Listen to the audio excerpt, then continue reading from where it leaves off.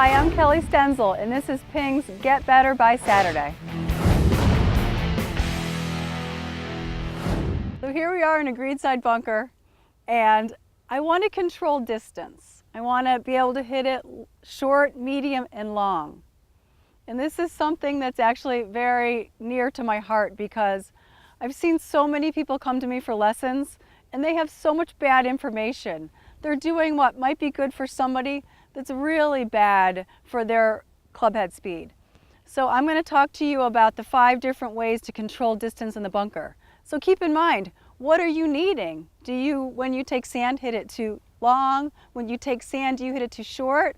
So if you can just take some time to understand some cause and effect in here, I think it'll help you to be a much better bunker player, because it really doesn't need to be any more complicated than have a good setup and understand what works best for you, what's your club head speed. So the first and the easiest way to control distance is club selection. And isn't it nice that we have all these wedges now to choose from? It's made it so much easier. So I have 3 clubs I can use in here. I could use a lob wedge, a sand wedge, and a gap wedge. My lob wedge would go the shortest, my sand wedge would go my middle distance, and my gap wedge would go my farthest. So first and foremost is club selection. Second is weight distribution. Where do you put your weight? You can put your weight on your left foot, and that's great if you want the ball to go shorter. Because what it does is it brings the club into the sand at a little steeper angle, and that more descending angle makes the ball deflect higher. But if I'm a lower club head speed player, that might not be the best advice for me. I might be better suited to be more equal with my weight to start so that the swing is a little more circular and not so steep. So weight distribution is different for different golfers based upon the distance that you want to go. Next, I can change the pace of my swing.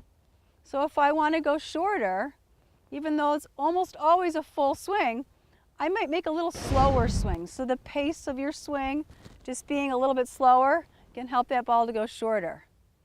If I want to go far, I'm going to add some speed. Still going to propel just as much sand, but by adding speed, I'll throw that sand a little bit farther and make the ball go farther. I also can change my shaft at impact.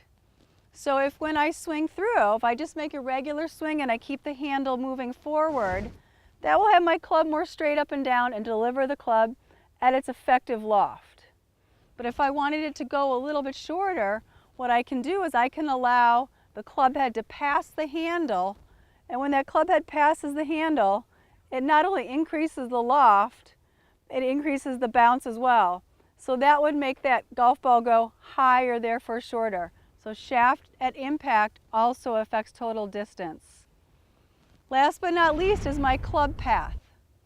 So if I want the ball to go shorter, when I make my backswing, I'm just going to allow the club to go straight back right along my shoulder line, which isn't going to turn. And that swing will get a little bit steeper, and without the turn, that also makes the ball go shorter, so therefore less distance. If I'm looking to go farther, I'm going to have my swing path a little more of a natural curve and turn, which pulls my shoulders to turn and will make the ball go farther. So wow, that's a lot. I mean, that's a lot of information.